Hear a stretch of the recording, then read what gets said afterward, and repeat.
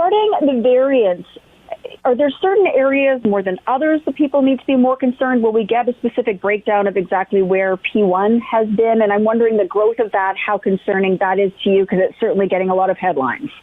Yeah, I noticed one of my colleagues published something about the detecting of it in St. Paul's. And yes, the laboratory at St. Paul's is one of the labs that works as part of our public health lab network.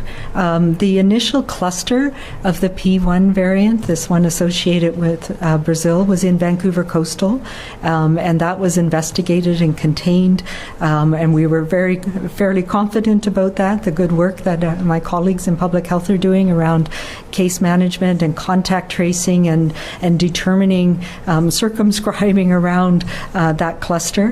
What we've now seen is there's been a couple of clusters in the interior. Again, public health is working very aggressively to make sure that we've found every contact and are able to contain that. But we've also seen this cluster, a cluster of cases related to the P1 variant in Whistler, and that is concerning to us. It's again, Vancouver Coastal Health is working very closely with the community to make sure that we can find who's in contact with whom, and that work is ongoing. But it is absolutely concerning. Any rise in something that makes the virus more transmissible puts us all at greater risk. And we've seen the increase in the B117 primarily, and that's been across the board, but has started as we've seen through this whole pandemic. It starts where the most population is. So it started in the Fraser Health and Vancouver coastal regions. We're now seeing some spread of it in other parts of the province. But it reflects travel patterns as well. And we are seeing it replace the other strains that we had of COVID.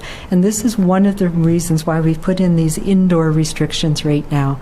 The increased transmissibility of these variants means that any lapse in our protection measures in an indoor setting makes it very risky. What we're seeing when we follow up with cases that normally in a household, for example, transmission would happen to 10% of the people in the household.